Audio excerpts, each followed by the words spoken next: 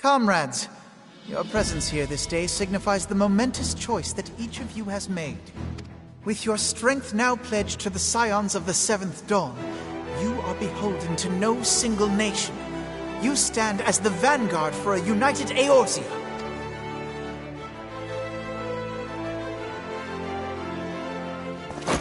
From this moment forth, I declare you Crystal Braves. Let us mend this fractured realm and face our enemies as one. Whether it be the Beastmen and their primals, or the conflict in Carteneau, it is plain that the nations of Eorzea cannot solve the problems which plague the realm. Thus does it fall to some few heroic souls to succeed where they have failed. Come, take your place at the Scion's side as guardians of Eorzea, and together we shall fight for the freedom of all! For the freedom of all!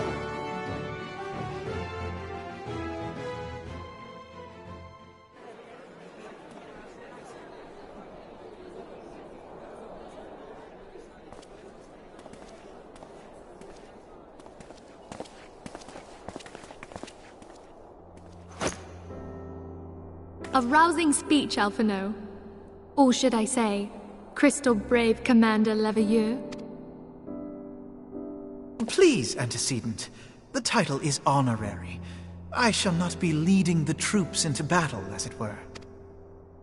We are of the same purpose.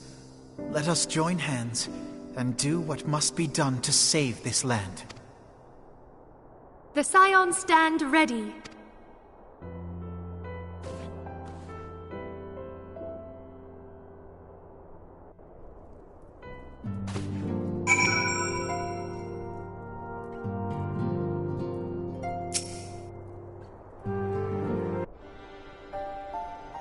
I'm eager to see what the Crystal Braves might accomplish. This shall prove an interesting time indeed for the Scions. Yes, I'm listening. So our worst fears are confirmed. The entire Isle. Such power defies comprehension. Truly? Kryl is alive? Thank the 12. I see. Pray, inform me if her condition changes. Yes, I shall pass on your words to Urianger. My thanks. I shall contact you anon. When I learned of the loss of the Isle of Val, I dared not hope that my friend had survived. Yet, by some miracle, it would seem she has. She's still to regain consciousness, it is true, but better that than death. Putting this happy news to one side, we must now endeavor to make sense of the readings taken by the survey party. It appears the etheric disturbance which accompanied the Isle's destruction is of a magnitude alarmingly close to that of Ultima. Could the Ascians be responsible for this devastation as well? I wonder. Have you heard aught from the Mother Crystal since the battle with the Garleans? Then she speaks to neither one of us. Heidelin silence portends naught but ill, I fear. Louisoix, I pray you yet watch over us.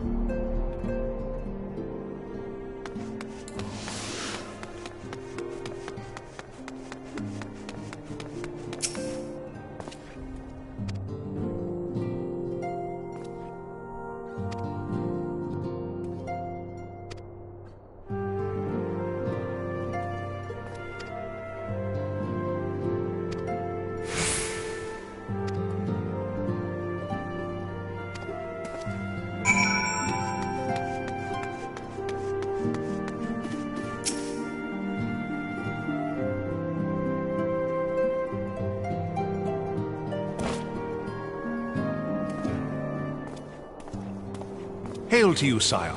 How might we serve you?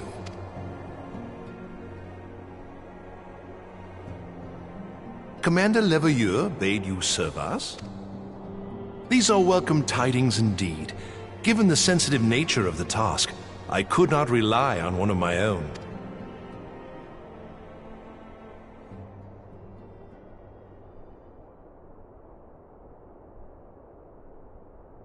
That which I'm about to tell you, I tell you in the strictest confidence.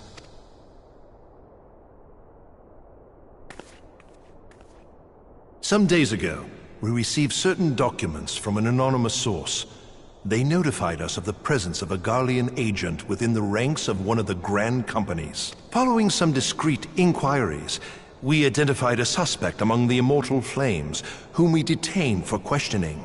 Alas, the man was not our agent. He was but one of many men in the agent's employ.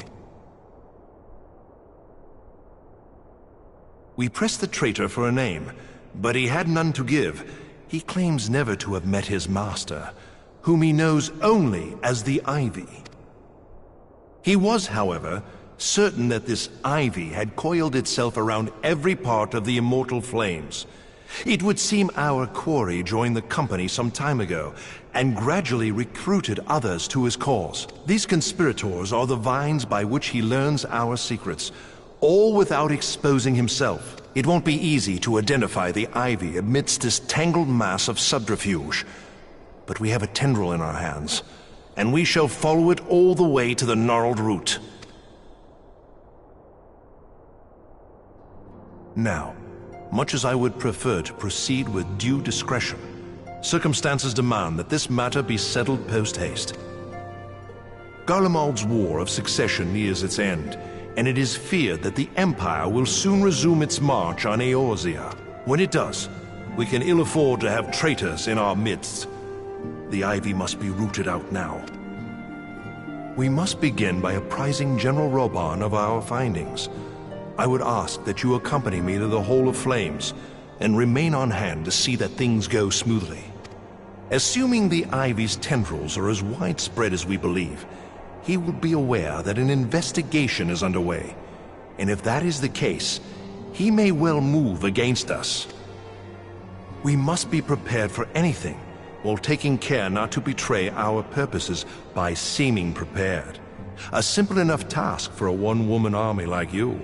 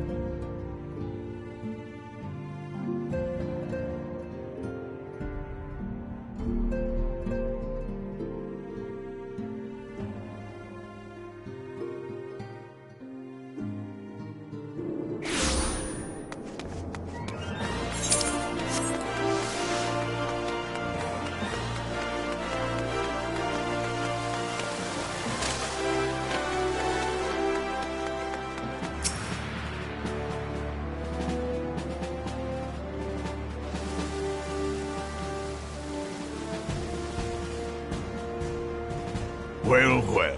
What brings you here, my friend?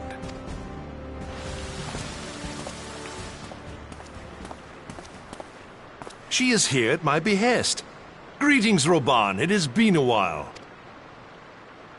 Hilbert, you old scoundrel. When they told me you'd be visiting, I scarce believed my ears.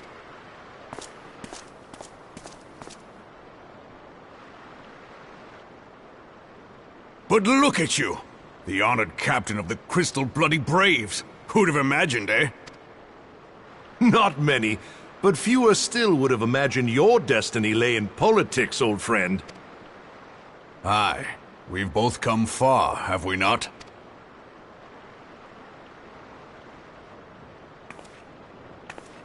Lest you wonder, Hilbert and I go back a long way. We've been friends and rivals since we were lads. The last time we saw each other, Alamigo had just fallen, so you can guess how many summers it's been. And in all that time, not a word from the fool. Ah, well, my dealings tended toward the modest and mundane, unlike some I could mention. As I hear it, no sooner did you reach Thanalan than the brass blades clapped you in irons and dragged you off to die on the blood sands. Being a stubborn sort, you won 1,000 matches and earned yourself a place in the people's hearts while you were about it. Then, with your mountain of prize money, you bought the Colosseum and secured a seat on the Syndicate. Those balls, brother! Rags to riches does not do it justice. You're a hero to the common man. Ha! Spare me. I am no hero. If anyone is worthy of that title, it's our friend here. Next to her, I'm little more than a glorified butcher. But you, Ilbert, you sell yourself short. By all accounts, you are an adventurer of some standing. I like to think that I did my part for the greater good. But if you're no hero, then I'm no adventurer, not in this company. Anyway.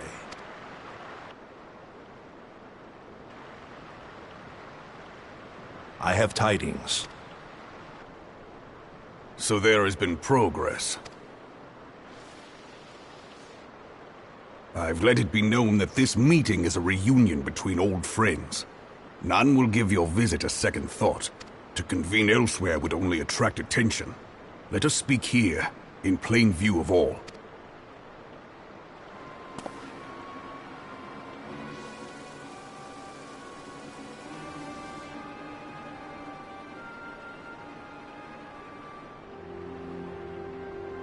So it is we who have been compromised. Teleji Adeleji's machinations have shaken Ul'dah to her foundations. In such uncertain times, a man's loyalty may be bought for a fistful of gil. But if this snake has truly been in our midst for as long as you say, we must needs consider a far graver possibility. Conspiracy. Could it be that the monetarists have been in league with the Empire from the first? Very well. I will have my most trusted men investigate the matter. Continue your inquiries in the meantime. It does me well to see you again, old friend. When next we meet, let it be over a flagon of ale. I look forward to it. Let us reminisce of bygone days, and drink to the future of our homeland.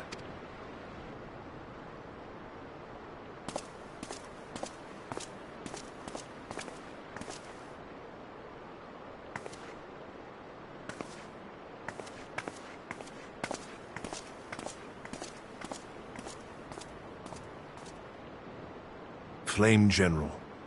You wear the mantle well, old friend. I must work hard if I'm to keep up. Well, it would seem your services were not required after all. I dare say we have Roban's prudence to thank for that. Still, I was glad of your presence. My thanks, Scion.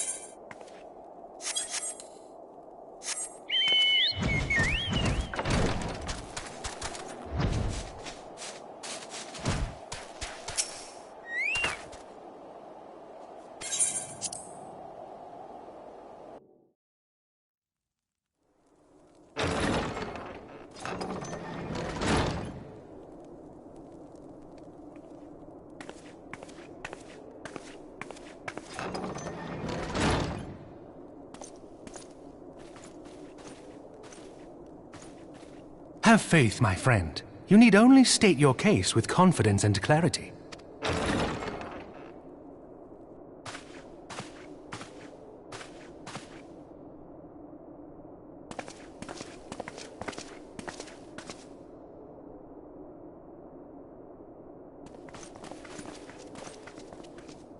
Commander Leveilleur, it is both an honor and a pleasure to meet you.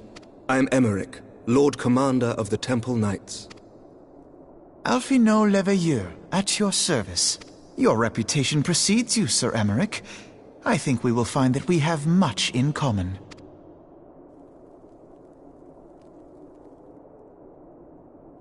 Speaking of reputations, yours towers over us all. Does it not? It does indeed, Lord Commander. I am not too proud to admit that I have followed your activities with an interest bordering on fascination. Full glad was I to learn that you would be joining us. Now then, shall we begin?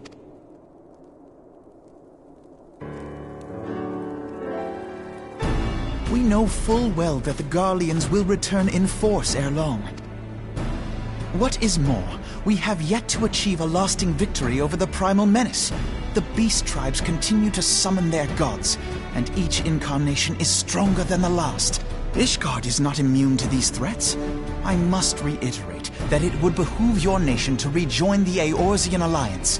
Once again, I must respectfully disagree. On what grounds? Despite their presence in Kurthus, the Ixal do not concern us. Their territorial claims pertain to Gridanian lands, and it is the people of Gridania whom they harry. Consequently, the Holy See judges this to be a Gridanian affair, and Ishgard does not intervene in the internal affairs of other nations. Even were that not the case, our forces are wholly committed to the Dravanian conflict.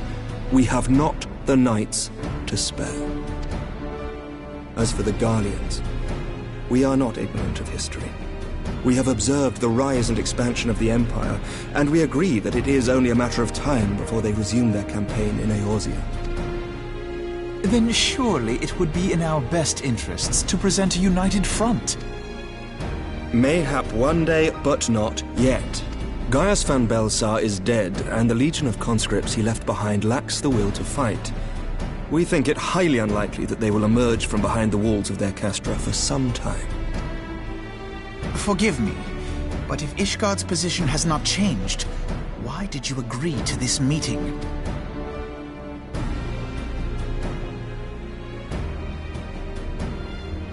It was not only as a representative of Ishgard that I came here. Pardon? It is not within my power to change Ishgardian policy, regardless of my personal feelings. There is, however, one area in which I may exert a measure of influence. Concerns have been raised over the supplies House Fortin has offered to Revenant's Toll. These have led to calls for restrictions on the provision of aid to foreign powers. I can ensure that the shipments continue unabated. Sir Emmerich, we would be in your debt. No, you would not. For I require something in exchange. Of late, there has been a flurry of Dravanian activity, the purpose of which was not immediately clear. However, our astrologians have since observed alarming changes in the heavens. The dragon star waxes unnaturally bright, and there are whispers that it portends the resurrection of Midgard-Sorma. The fallen guardian of Silvertear Falls? That's absurd. Full many times have I gazed upon the dragon's corpse still wound around the Agrius, and wondered how different our world might be if it yet lived to plague the skies. I do not know, and I do not wish to know, nor does any son of Ishgard. Yet the mere presence of Dravanian forces is not sufficient grounds to send knights to Mordona, whatever our astrologians say. As I told you before, we have not the forces to spare. But we do. So you will intervene on our behalf if we agree to watch over the Keeper of the Lake. Do you accept these terms? I do. I will see that you are kept abreast of any developments. I regret that we could not come to a similar agreement on other matters, but I understand that you are not at liberty to make such decisions. Nevertheless, I hope that what we have accomplished here today will serve to demonstrate to your countrymen that we can work together towards a common goal. Mayhap one day we shall look back on this moment as the first step towards a united Eorzea. Mayhap we shall, Commander.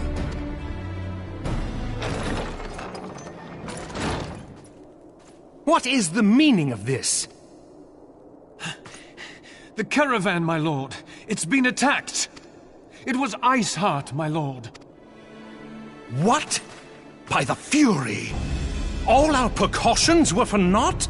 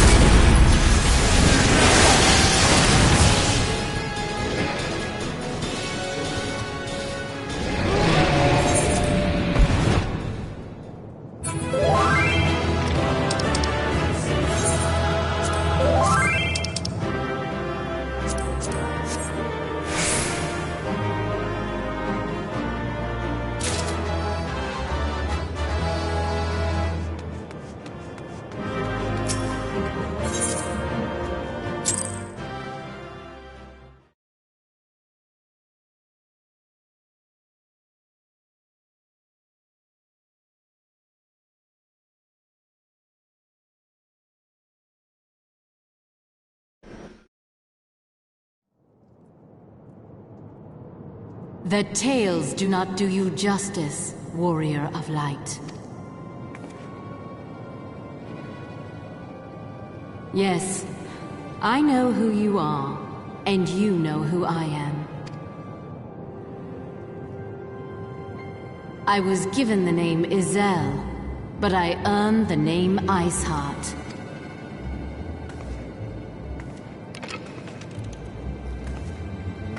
This endless cycle of hatred, of bloodshed, of sorrow. You would see it continue, O noble warrior of light.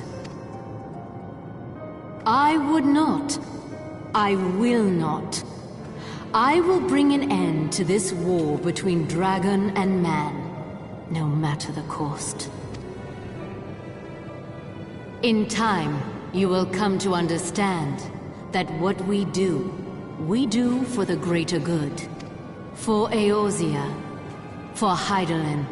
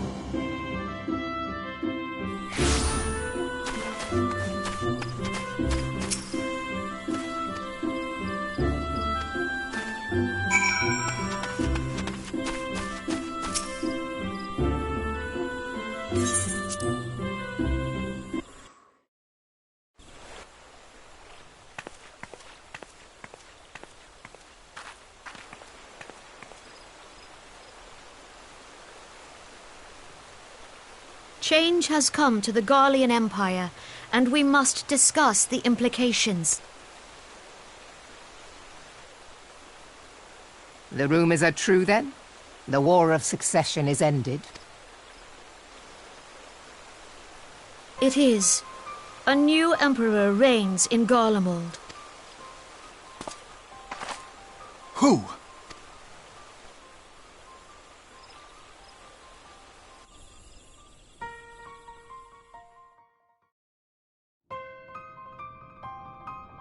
The birth and all too rapid expansion of the Garlean Empire is commonly attributed to the strategic brilliance of Solus Zosgalvis, yet he did not rule alone.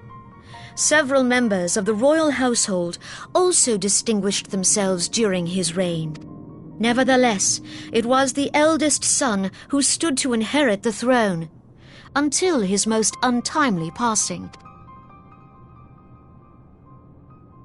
I thought us fortunate when I learned that the Emperor had died without naming a successor.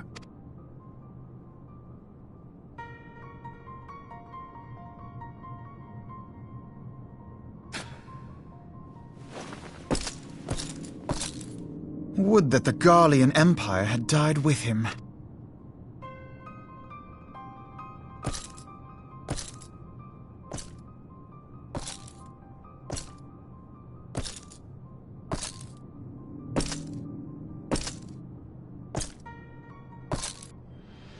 'Twas the grandson and his uncle who had the strongest claims, was it not?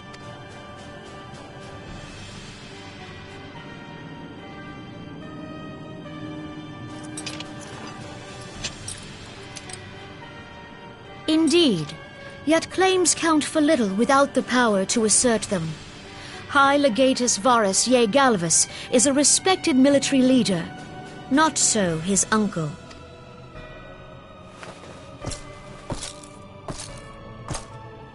So young Varus has torn the crown from his uncle's grasp and taken his place at the head of the Empire.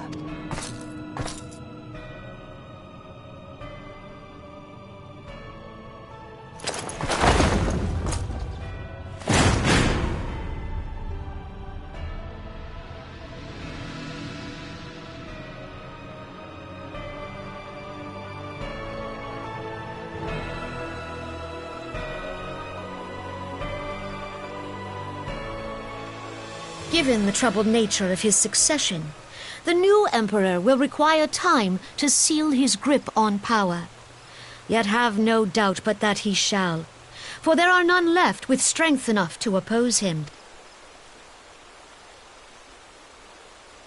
Since the success of Operation Archon, the remnants of the 14th Legion and the forces occupying Alamigo have done naught but fortify their positions. But you can be sure they'll be ready to march on us again, if their Emperor gives the word.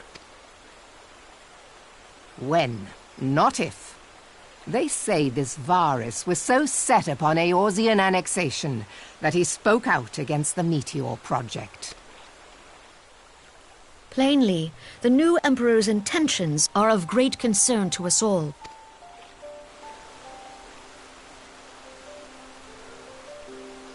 I propose that we set aside the Cartano dispute for the present and discuss what measures the Alliance might take to prepare for a resumption of hostilities with Garlemald.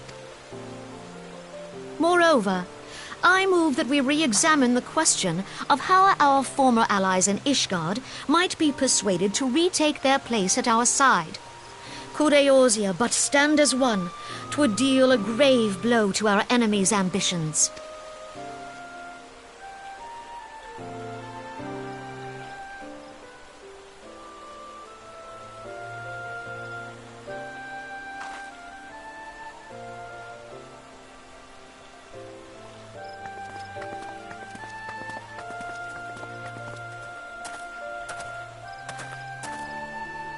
Well, I suppose we should be grateful that they have finally acknowledged the inevitability of Imperial attack. Who knows? They may even do something about it. If only the leaders of Ishgard would follow their example and stop hiding behind their gates, praying for the coming storm to pass them by. But that is a discussion for another time. At present, I am more concerned by the fact that the Alliance's mooted preparations will be made known to the Garleans many moons before their coming. So long as the Ivy eludes our grasp, no secret is safe.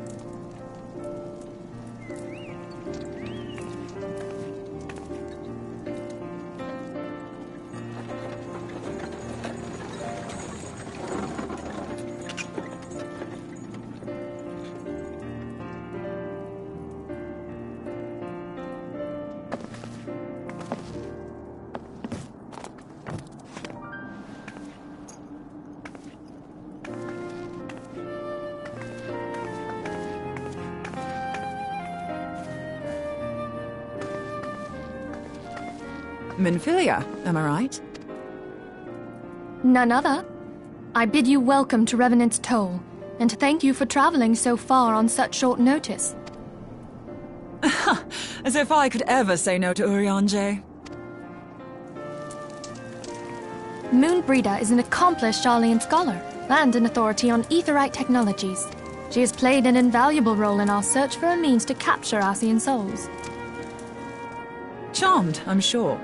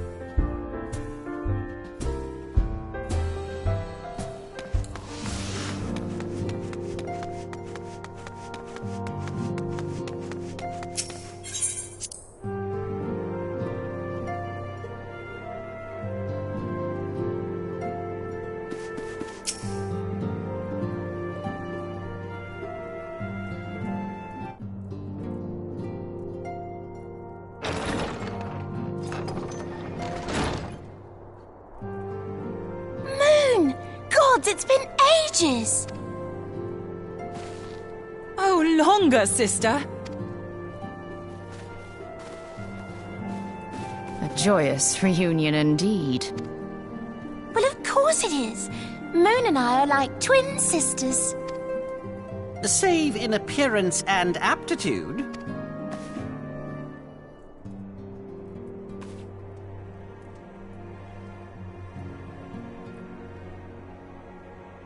Everyone, if I could have your attention. We have with us an esteemed guest who has come from Sharlayan to assist us. I bid Moonbreeder join us here that she might share with us her extensive knowledge of Aetherites. Also, as many of you are already aware, she has been overseeing our research into white auracite, a sample of which she has been good enough to bring with her.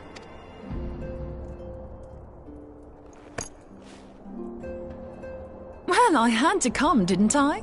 You'd have to be bloody daft to turn your nose up at a chance like this. Where better to conduct my final tests than a land so steeped in ether you can taste it? 'Tis plain the passage of the years hath done little to dampen thy youthful spirits, and nothing at all to reform thy youthful manner.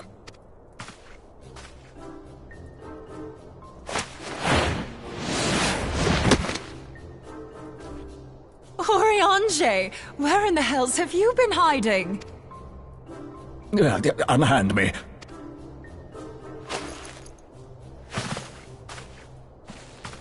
I come all this way, and that's what you have to say to me.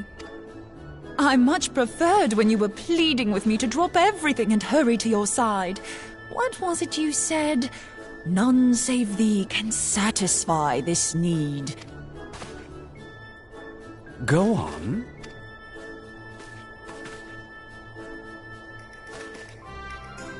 Thine artless attempts to misrepresent mine all too innocent motives do thee little credit. Mine intent, as well thou knowest, was but to impress upon thee the gravity of the circumstance. Lest thou doubt, a deiform entity shall shortly be summoned, save if thou and no other grantest my compeers thine aid. You still haven't found it, then? Your missing Aetherite? We have not. No. We know that Iceheart teleported to an Aetherite not far from the first. Yet even after careful analysis, we could not locate the second beacon. We now suspect that the heretics destroyed the second Aetherite to impede our pursuit. Our allies continue to scour Snowcloak for Iceheart's sanctuary, but we have no guarantee that they will find it. Yet it must be found, for even now Iceheart prepares to call upon Saint Shiva. I'm sorry, but if the Aetherite's been destroyed, then that's that. Although, You're absolutely sure she used the first aetherite, are you? She didn't just use teleportation magics? One of our own bore witness to her escape. I can say with absolute certainty that Iceheart used the aetherite.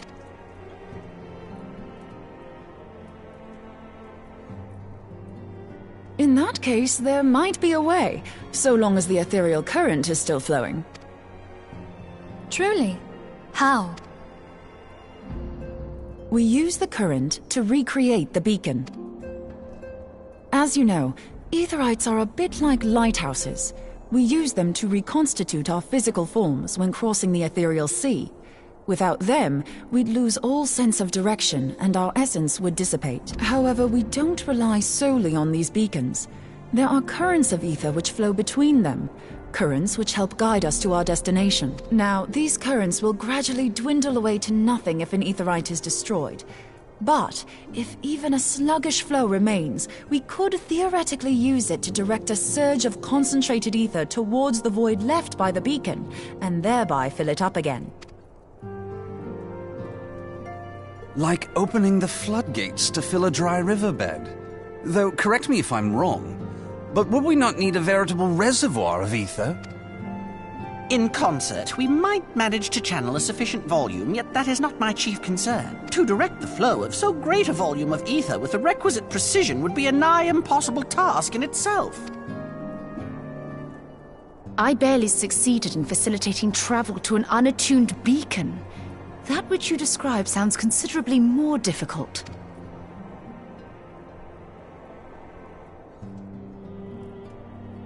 And dangerous. Every person who has attempted to teleport in this fashion has died in the process. They, however, did not have white aura sight at their disposal. I can use it to channel all the ether you can give me into the aetherite. However, white aura sight cannot retain ether for an extended period of time, so we would need to infuse it immediately beforehand. Just so you know, I'd confidently give this plan better than even odds of success. And if the worst comes to worst, your people won't suffer. Though it risked the lives of our best and brightest, we have not the time to seek other options. If the ethereal current still flows, we shall carry out Moonbreeder's plan. That's the spirit. Let's roll the dice.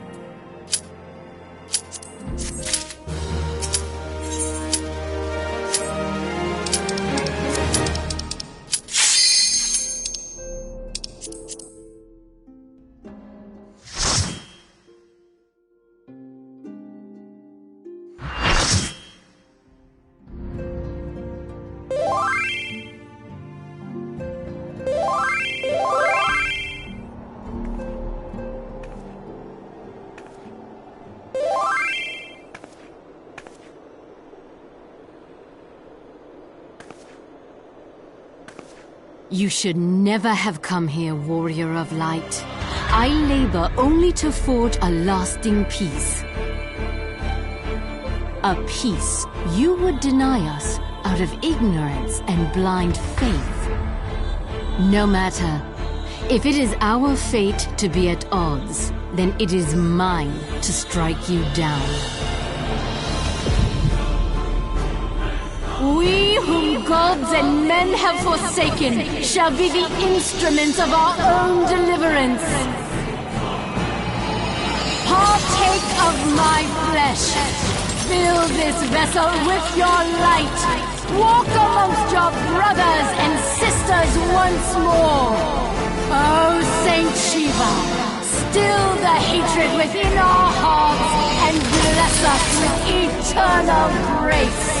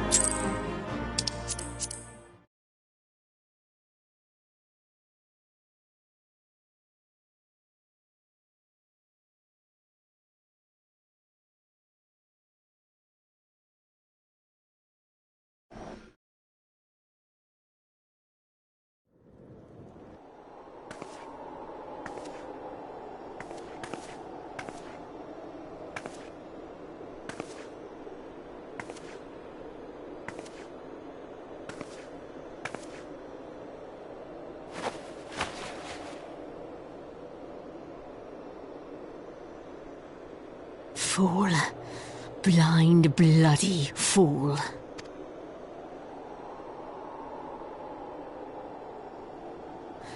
You, of all people, should understand the suffering war begets. That no sacrifice is too great if it brings an end to the violence. Mine is the righteous cause.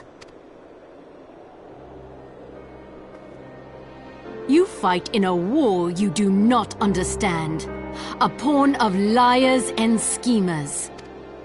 And they are no less ignorant than you. Following the creed of their fathers without question, never thinking to ask why. Trapped in a delusion of their own creation, and blind to the truth.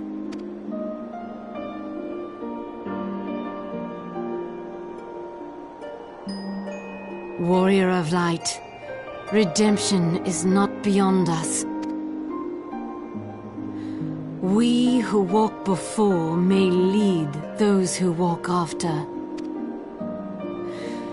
Seek the Keeper of the Lake. See with eyes unclouded.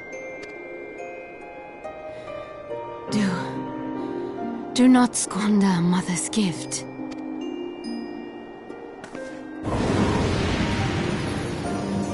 Hear, feel, think.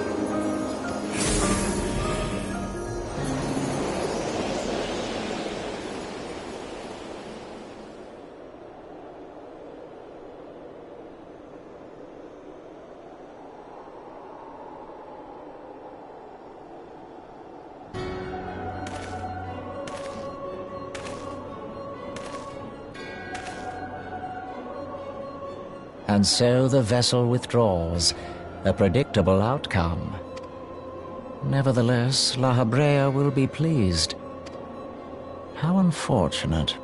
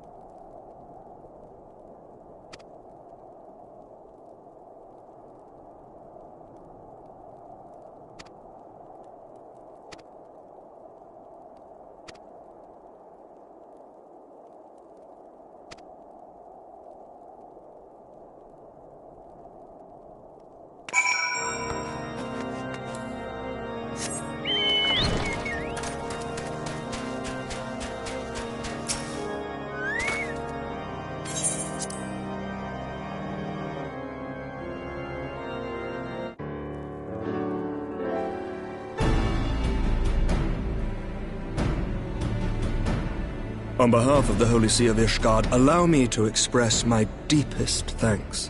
Never before have we been required to contend with a primal. Indeed, there were fears in some quarters that our knights might not be equal to the task. From what we have now learned of these beings, I can say with certainty that we would have lost a great many men had the Scions not intervened. Then the argument for preemptive action should be self-evident. Perchance now you will reconsider my proposal that Ishgard move against Nautalon.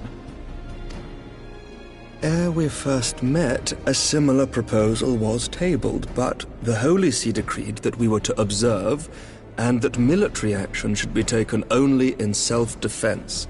All things considered, it was not an unreasonable decision. Since the calamity, 2 vigils have fallen to the Horde, while Garuda has never shown any inclination to storm the gates of judgment. Which is why this unprecedented crisis and its resolution may prompt a change in policy.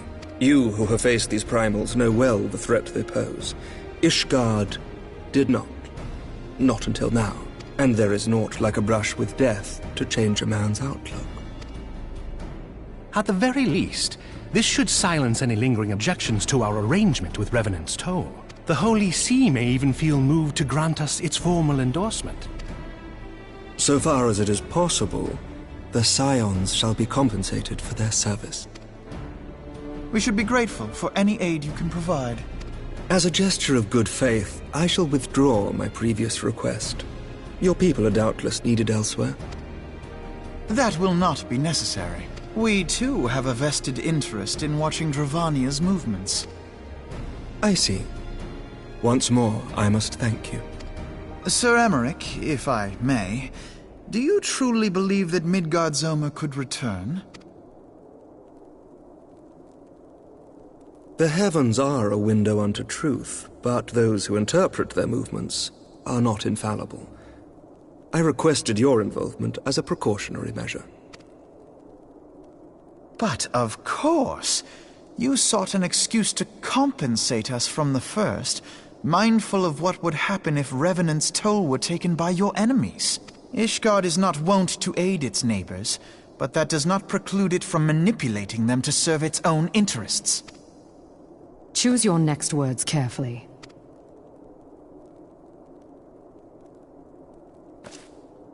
Do you know what sort of man becomes Lord Commander of the Temple Knights? One who comes from good stock. I did not. Yet here I am now. Why do you suppose that is? Because I swiftly learnt to tell the difference between words, deeds, and beliefs. You are correct, Master Leveilleur. Ishgard desires to see Revenant's Toll flourish, as it would present a troublesome obstacle to our enemies from the south. We are so glad to be of use to you. As we are to you. Ours is a mutually beneficial arrangement, lest we forget, one born of necessity.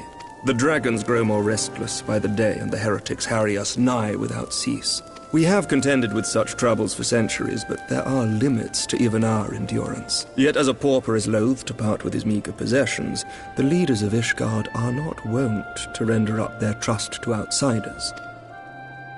But with perseverance on our part, they may yet be made to see the light. Nevertheless, one must take care when walking the road less traveled. Wise words, Sir Emmerich. I shall make a point to remember them.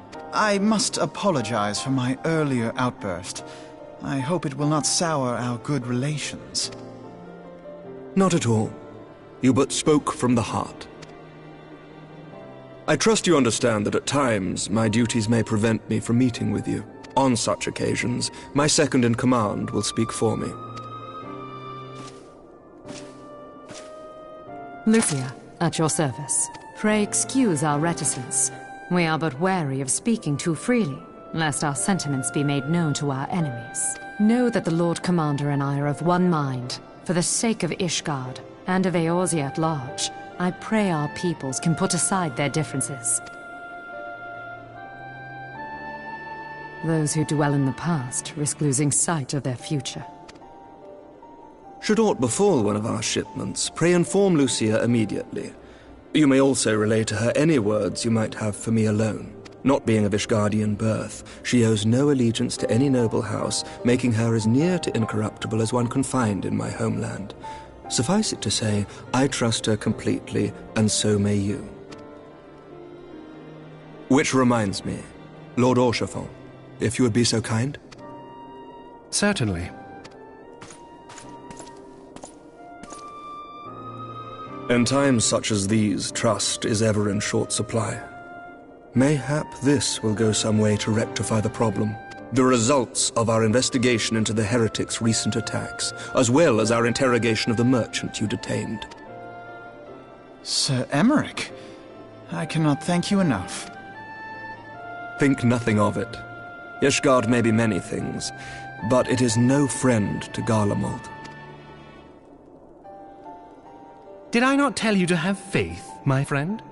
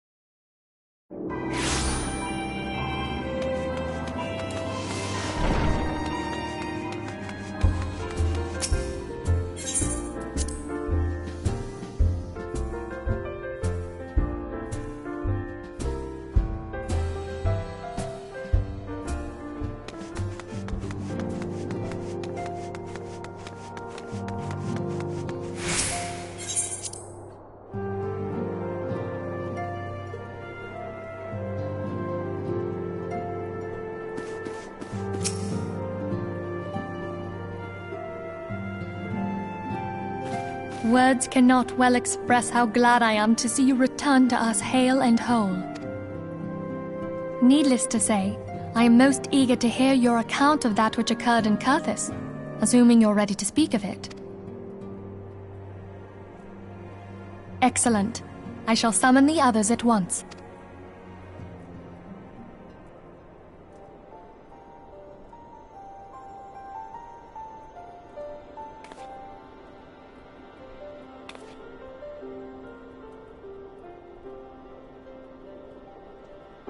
Iceheart used her own body as a vessel for a primal soul?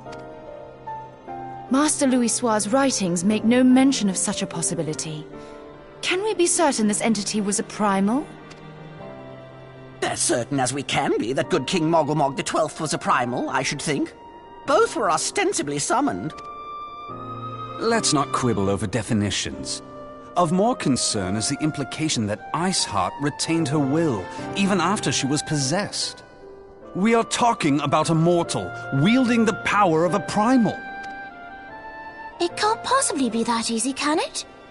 There must be some sort of sacrifice required. Or maybe she's just special? What qualities this woman possesseth, I know not. But full sure am I that she was groomed for this role. Few are privy to the secrets of summoning, and but a single party standeth to profit from their dissemination. Well, I wouldn't presume to comment on how the lass came to know about summoning, but I will say that what she summoned was a primal. The readings were the same, or near as, damn it. Strange as it all sounds, it's really no different from what you've faced before. Then mayhap it is time that we re-examined our previous encounters. Oh, pack your things, Ida. We're going back to Gridania. Yes, sir. About Iceheart's final words to you. Hear, feel, think. Hydaelyn speaks to her as well. If Iceheart is blessed with the power of the Echo, she will doubtless have used it to further her goals. Or could it be that it was a revelation granted her by the Echo which first set her on this path? She did say that the Ishgardians were blind to the truth. Do you think she has knowledge of the origins of the Ishgardian-Dravanian War? It would do much to explain her unwavering conviction. Did not the Lady Iceheart implore thee to seek the Keeper of the Lake? And did she not imply that in so doing thou wouldst come to see with eyes unclouded? Midgard-Zoma was a king amongst kings who reigned for centuries on end.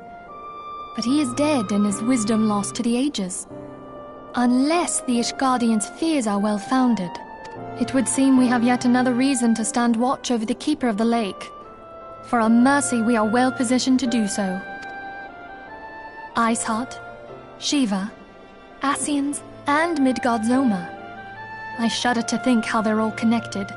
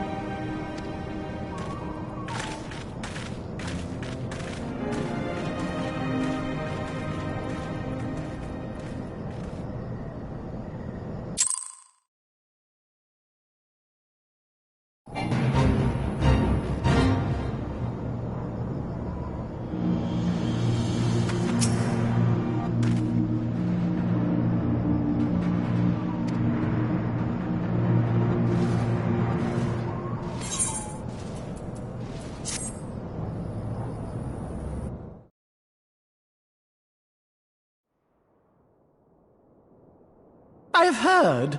Truly bothersome business. No, I do not foresee a problem on that front. The main concern is Roban. There is no telling what the brute might do. Have the blades watch him in the flames day and night. You may leave the Sultana to me. I shall personally attend her grace.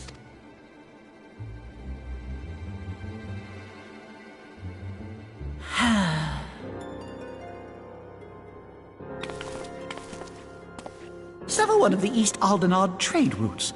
That ought to keep Lolorito occupied for a while.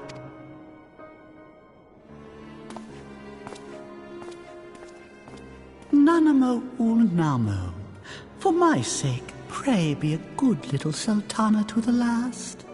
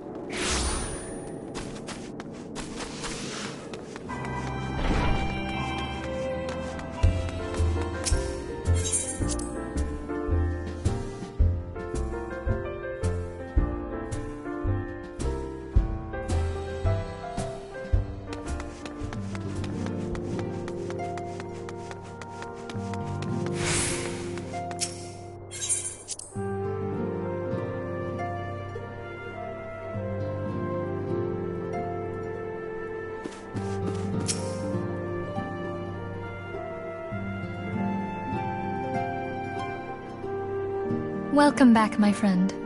I have already received word from Alphino. To think that Flame Marshal Huayu was the Garlean agent. I know not what to say. Together with Robon, Eileen lent us much-needed aid at the time of our Order's founding. She was particularly passionate about the need to tackle the primal threat. When we discussed the subject, her eyes fairly shone with determination. Whatever else she may have been, I choose to believe that it was her true self with whom I spoke then. But now is not the time to dwell on such matters. I have an important announcement to make regarding our effort to defeat the Ascians. We shall begin as soon as everyone is assembled.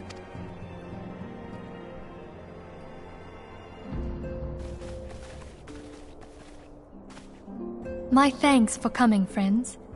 Moonbreeder, the floor is yours.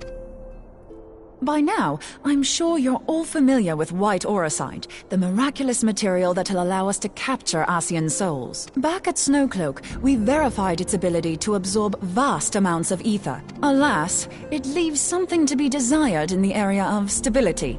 The stone can only store ether for a short while before expelling its contents. In addition to auracite's inherent limitations, we must needs be wary of our enemy's strength. Our foe draweth upon an infinite wellspring of power. Even should we succeed in entrapping him, the stone will not long contain his wrath. Meaning that, if we want to kill the swine, we'll have to be quick about it. 'Tis our belief that an Ascian soul may be permanently undone, if smitten by a sufficiently concentrated burst of pure ether. The only trouble is, we can't say for sure how concentrated the burst needs to be. Without knowing how much ether an Ascian soul is composed of, we're basically guessing. Our sole clue lieth in thy struggle with La Habrea. During that encounter, Hydaelyn bid you forge what she called a Blade of Light, a weapon which took the form of a luminous stream of energy. Based on your description, we believe the blade with which you vanquished your foe was composed of ether. Admittedly, your victory proved ephemeral, as La Habrea was able to use a crystal of darkness to flee into the space that lies between our world and the void. The fact remains, however, that Hydaelyn placed the means to destroy the Ascians in your hands. Be that as it may, it would be unwise to assume that she will do the same when we next encounter such a foe. Quite so, my lady. We must needs find the means to forge our own blade of ether, one to equal that which Hydaelyn did benevolently bestow upon her champion. That is all well and good, but it seems to me that producing such a blade will require a prodigious quantity of ether. Whence will it come, pray tell? Oh, what if we had 2 pieces of white orosite? One to trap the Ascian, and the other to store the ether for the blade. Oh, nice try. But it's as I said, the stone won't hold ether for any length of time.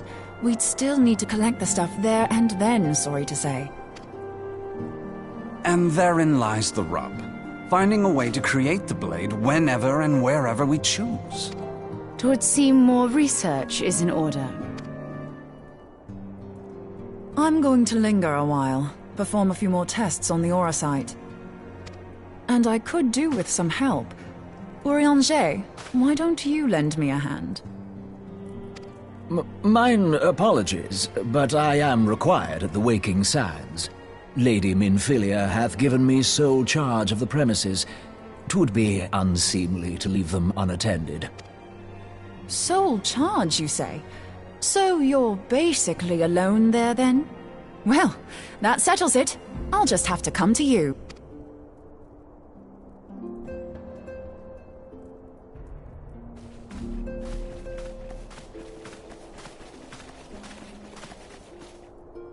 While you were afield, word arrived from the Sharlayan motherland. You will recall that a survey party was dispatched to investigate the incident at the Isle of Val. What they discovered was troubling, to say the least. According to the report, the isle has been erased from existence. 'Twas as if a hole had been torn in the very fabric of reality. Aye, yet the mystery endeth not with the isle's disappearance. It hath come to light that a number of scholars in various other locales were reported missing at a similar juncture. What's more, they all had something in common with the head of the students of Baldessian. Every last one of them was researching a phenomenon called dimensional compression, or the rejoining as the ancient texts call it. I'll be damned if that's a coincidence. All indications suggest Ascian involvement, but I sense that a force greater still is at work. The entity the Dark Beings call the One True God. We must pray that my dear friend Kryl regains consciousness soon. If she bore witness to the Isle of Val's final moments, she may be able to shed some light on this mystery.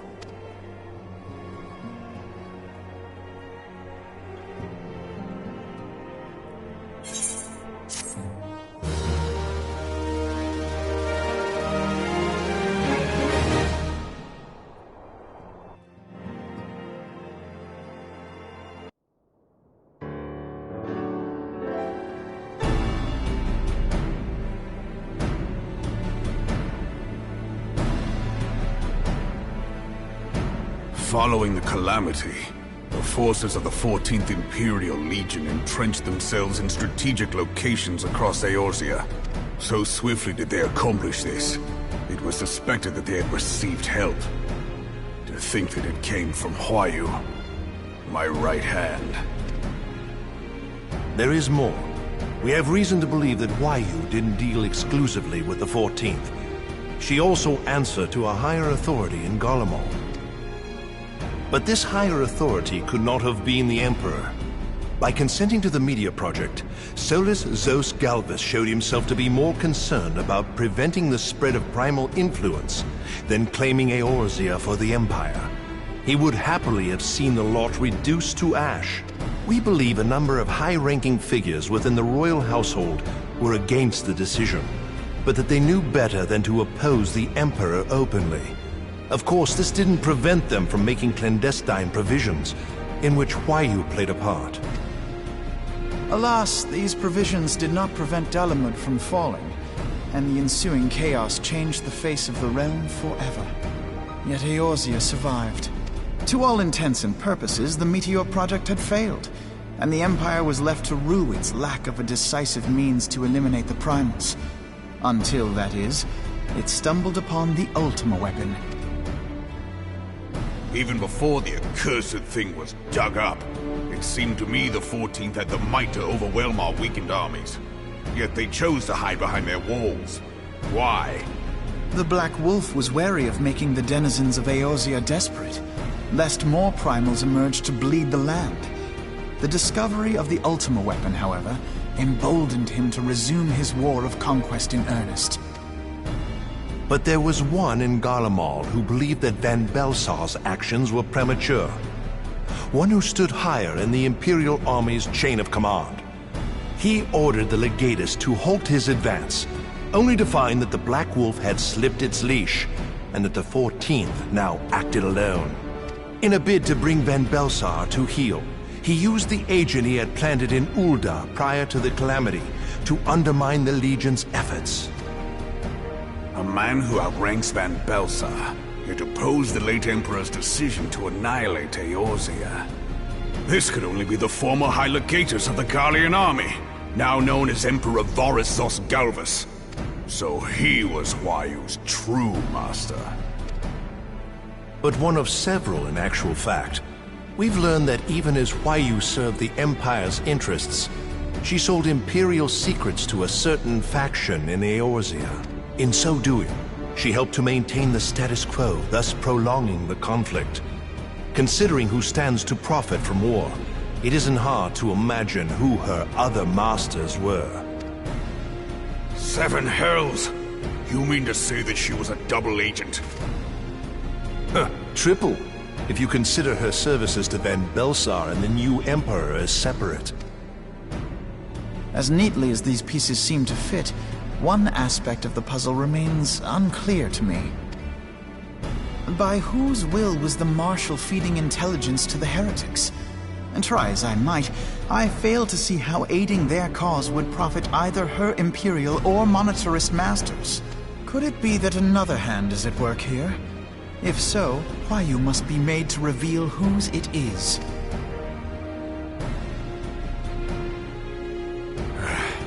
Not only have I lost a trusted friend, now I must interrogate her as a stranger.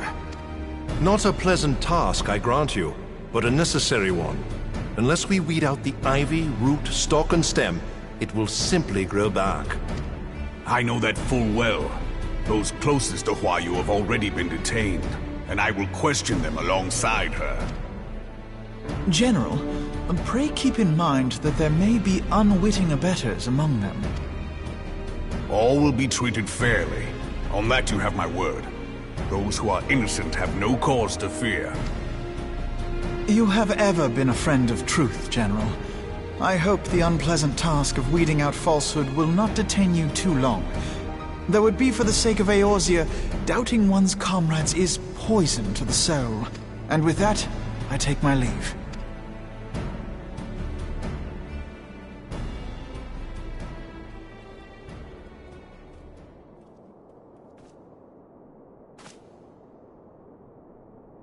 All these years, I've been made to dance to their tune.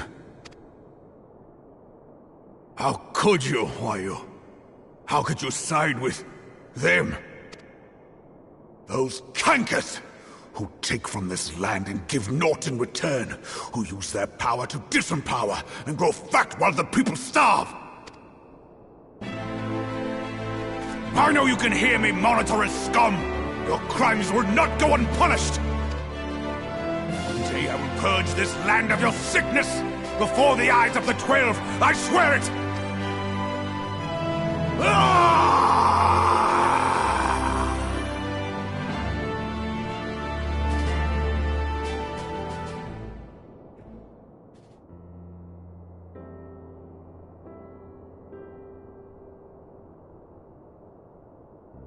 I shall have no further need of you this day, Your Grace.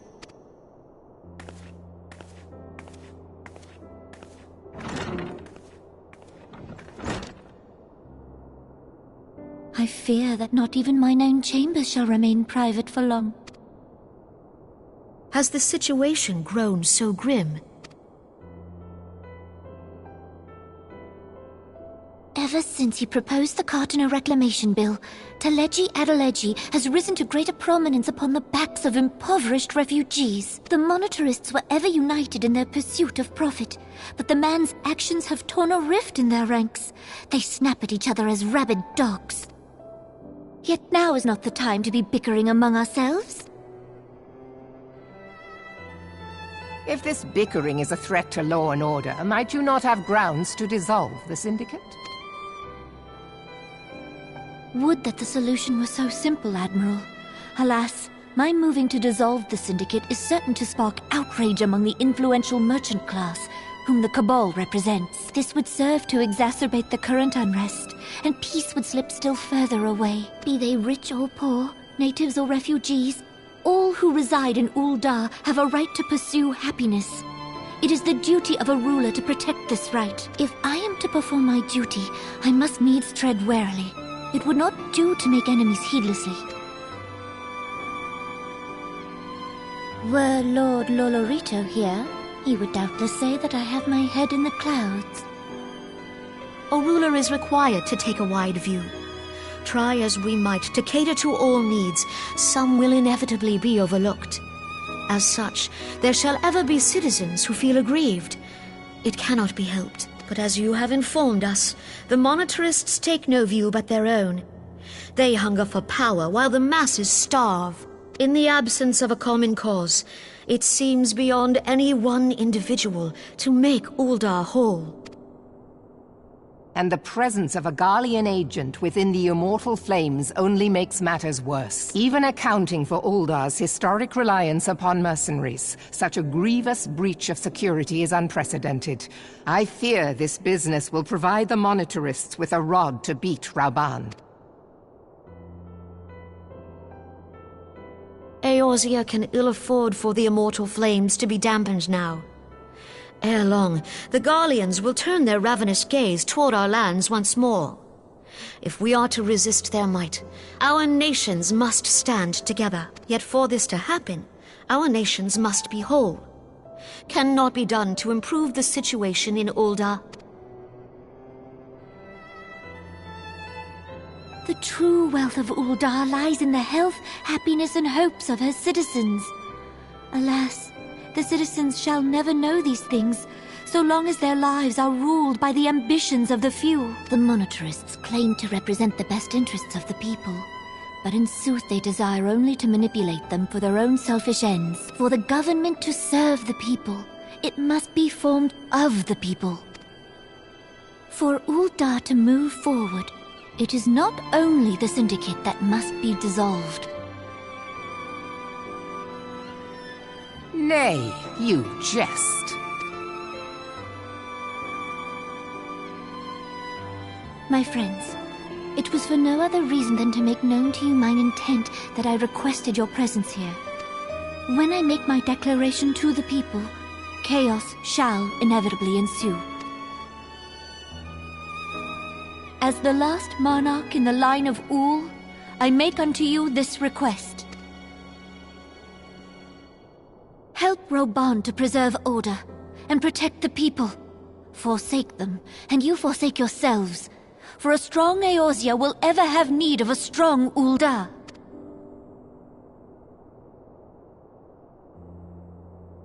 Your Grace, are you certain of this? There is no other way.